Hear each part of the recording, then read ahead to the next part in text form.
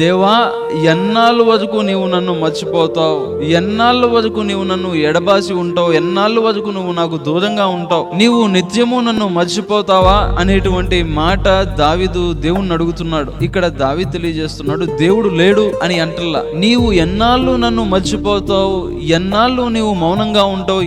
మనందరి జీవితాల్లో కొన్ని సార్లు దేవుడు మౌనంగా ఉంటాడు, కొన్ని సార్లు వెంటనే జవాబు రాదు. ఆ పరిస్థితి ఎందుకు వచ్చిందో మనకి అర్థం కాదు. అయితే అటువంటి పరిస్థితుల్లో మనం దావీదులాగా ఎంత క్లిష్టమైన పరిస్థితి అయినా, ఎంత బాధ అయినా, ఎంత ఇబ్బంది అయినా సరే, ఇక్కడ దావీదు దేవుడు లేడని దూషించట్లా, దేవా నువ్వు లేవంటలా, దేవుడు అసలు లేడు అనేటువంటి ఆ యొక్క ఆలోచనకి రాలా. అనేక మంది ఈ రోజున సమాజంలో కొంచెం కీడు రాగాలనే, కొంచెం బాధ రాగాలనే, కొంచెం ఏదో ఒక పరిస్థితి ఏలుబడి చేయగాలనే, కొంచెం అనారోగ్యమో, వ్యాధో, ఆర్థిక ఇబ్బందులో, ఏదో ఒక సమస్య కొంచెం ఇబ్బంది కలంగాలనే వాళ్ళు అనేటువంటి మాట దేవుడే లేడు.